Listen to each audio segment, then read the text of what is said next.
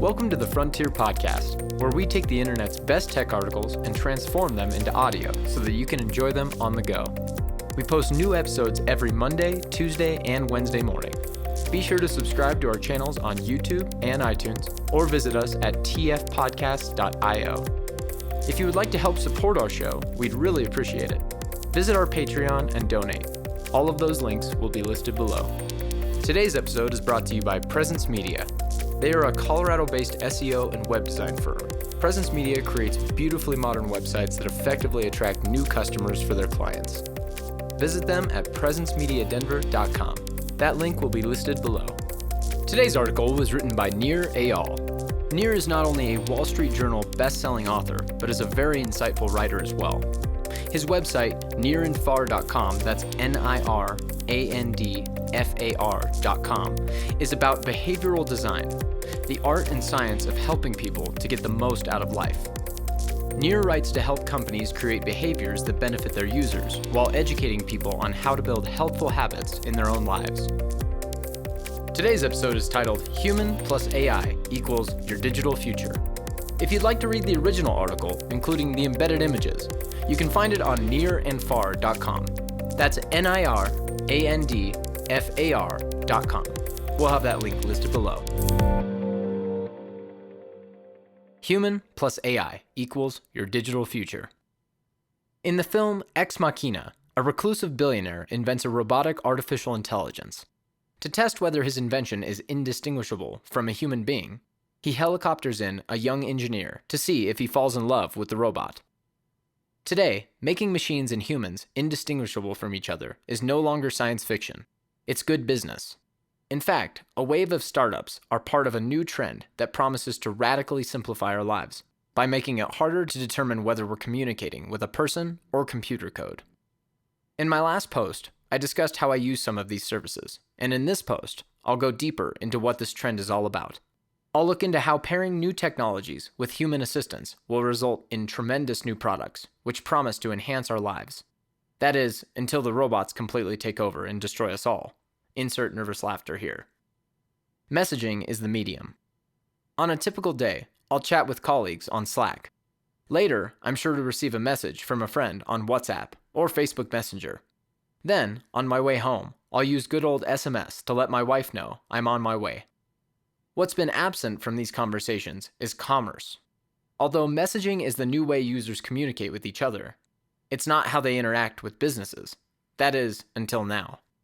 Of all the ways humans communicate, texting might be the most direct. Text carries less superfluous information than other ways of sending information. With text, there are no voice intonations to decipher or accents to understand, no facial gestures to interpret, and no body language to translate. Text is something computers can understand and process quickly, and that's why messaging is a great place for humans and AI to work together to serve customer needs. Although terms like conversational commerce and invisible apps have floated around the web recently, neither is quite right for describing what I'm seeing.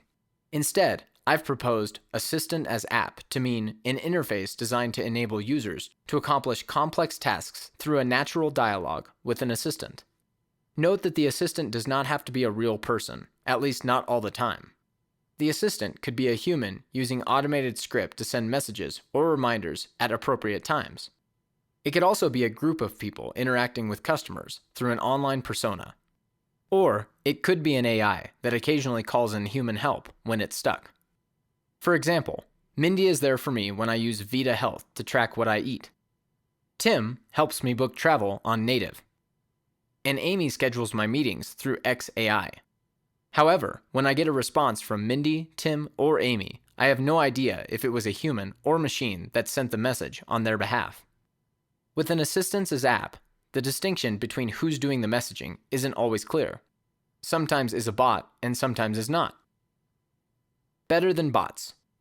The messaging interface used by assistant as app services is an effective way to help people get more out of the internet. Since it looks like a chat, interactions feel familiar. As I mentioned in a previous post, people don't want something truly new. They want something familiar done differently. See the California roll rule. The power of the conversational interface is that it shields the end user from having to learn anything new. We already know how to chat, so making requests is easy. An assistant as app leverages well-trained humans to use complex technology behind the scenes. The assistant can process requests that would otherwise require several steps, time-consuming analysis, or pro tools the layperson is unlikely to have the knowledge or patience to use. What is it good for? An assistant as app is suited for certain scenarios. Here are 3 cases where I expect assistant as app services to excel. 1. When there's one goal and too many options. According to a recent survey by Carrot, a global media agency, quote, 41% of people feel overwhelmed by the wealth of choices on the web, making it hard for them to make purchase decisions, end quote. When booking a flight, for example, customers only have one objective: to find the best deal. They don't need so many dizzying options, they just need one, as long as it's the right one. Before travelers started booking by themselves online, a good travel agent could help you narrow down the choices, but today, we're on our own. When we stopped calling travel agents, we implicitly chose cheaper tickets over better service.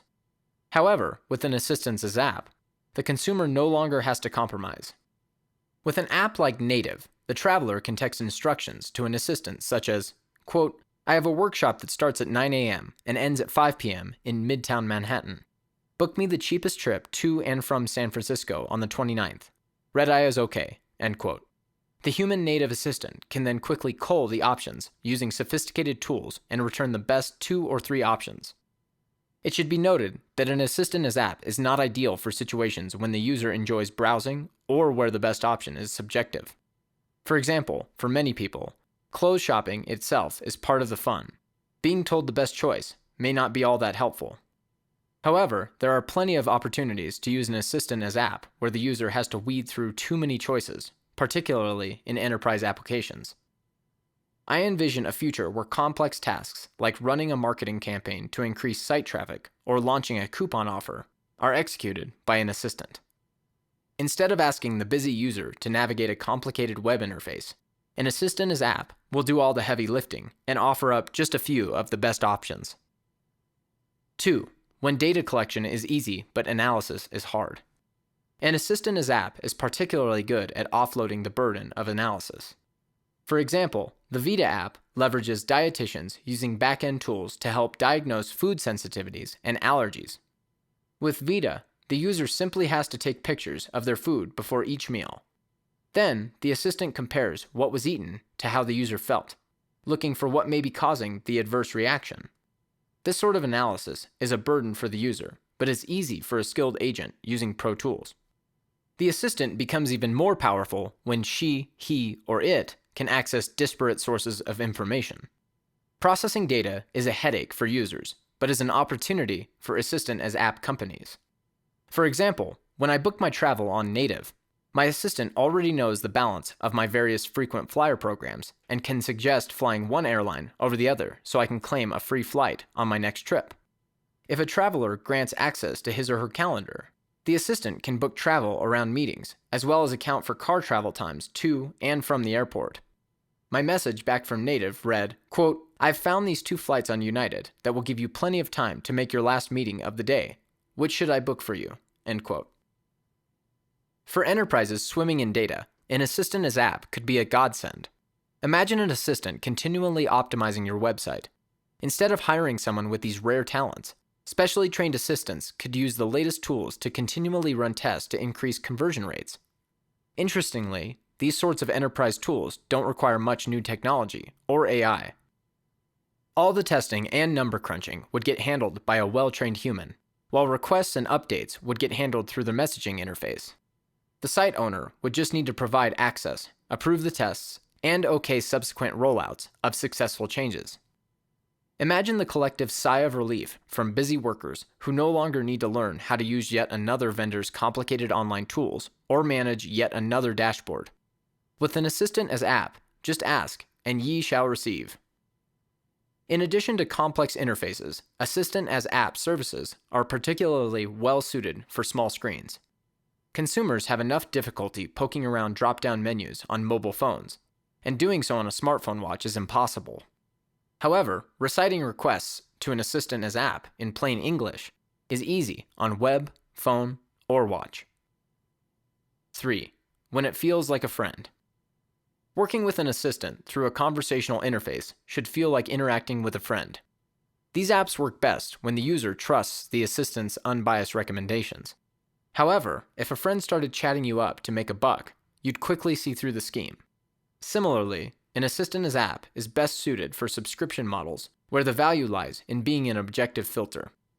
If natives started recommending specific hotels over others based on earning a commission, or if Vita began hawking vitamins, I'd quickly lose trust. Another friend-like characteristic of an assistant as app has to do with the pace of interactions. When sending a friend a text, you'd expect to wait a while before they respond. Likewise, assistant as apps are there for when you need something soon, but not immediately. Culling the right options, running tests, or analyzing data takes time, and assistants are not well suited to provide instant feedback quite yet. Who needs humans? But isn't voice recognition powered by artificial intelligence enough? Not really, and not yet. Though Google and Apple are working on perfecting virtual assistants like Siri, made of 100% computer code, such fully automated technologies are only good for specific scenarios, namely when the user needs immediate information for simple queries. In contrast, an assistant as app excels when a request takes several steps and is done better with a human touch. Just last week, I found myself desperately trying to talk to a human when calling my credit card company. After several failed attempts to get through the automated voice response, I called out my request in a mechanical, over-articulated, robot-sounding voice. "Representative," I said, sounding like Robbie the robot. "Okay, let me get someone to help you with that," the automated voice finally responded despite several attempts. Although I wasn't sure if by that she meant my credit card problem or my weirdo who speaks like a robot problem. Although talking in a robot voice is still perhaps the humorous example, it makes the point that users still have to structure their requests in a way that machines can understand. Today, there are primarily 3 solutions. Either send users through fully automated prompts, like an annoying call routing robot, send them to human helpers, or the most common and perhaps most burdensome option for the user, ask them to fend for themselves on the company's website. However, as AI becomes more capable, assistant as app services will provide a better alternative. As AI improves, each human assistant will be able to serve more users. These services, leveraging high-adept humans working with increasingly sophisticated technology, will be the way we interact with an array of businesses in the years to come. If this new breed of startups is successful, we'll all fall in love with our robots. Here's the gist. An assistant as app is an interface designed to enable users to accomplish complex tasks through a natural dialogue with an assistant. Since they look like chats, conversational interfaces feel familiar. Expect to see assistant as apps expand throughout consumer and enterprise applications. An assistant as app works best in certain situations. 1. When a user wants to accomplish a singular goal but has too many options. 2. When a user does not enjoy browsing through the options. 3. When data entry is easy but processing and analysis is hard. 4. When the traditional screen interface is too complicated or small. 5. When a trusted relationship helps. And 6. When a request does not have to be completed immediately. What do you think? Do you think the assistant as app trend will catch on? Do you use any assistant as apps? What yet untapped opportunities do you see for an assistant as app in the years to come? Thanks for listening. You can find more episodes just like this at tfpodcast.io. We post new episodes every Monday, Tuesday, and Wednesday morning. That link will be listed below. Be sure to subscribe to our channels on YouTube and iTunes, or visit us at tfpodcast.io. If you would like to help support our show, we'd really appreciate it. Visit our Patreon and donate. All of those links will be listed below. Thanks again to Nir Eyal. You can find more of his writing on nirandfar.com. That's nirandfar.com. That link is also listed below. And thank you to our sponsor of today's episode, Presence Media.